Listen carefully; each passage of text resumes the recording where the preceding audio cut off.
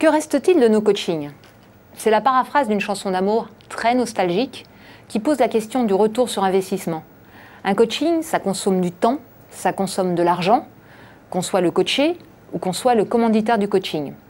Au-delà du plaisir égotico-convivial de parler de ses problèmes professionnels devant un coach dûment appointé pour l'occasion, qu'en reste-t-il? Quelle est la pérennité du traitement sur la durée?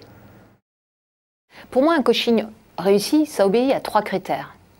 Le premier, bien évidemment, c'est de réparer, résoudre des objectifs fixés en amont. Ça, c'est un début, mais c'est nécessaire et non suffisant. Et bien sûr, il faut s'assurer que le changement est pérenne, que la personne trop analytique ne veut pas devenir manipulatrice, qu'il n'y ait pas un déplacement du symptôme sur un autre comportement dysfonctionnel. Ça, c'est la base.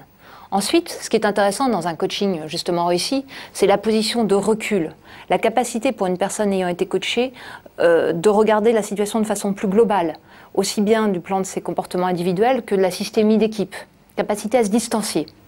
Et enfin, un des bénéfices d'un coaching réussi, c'est la capacité du même manager à intégrer ce type de position de recul et à l'appliquer au service de ses équipes. En clair, il devient manager coach.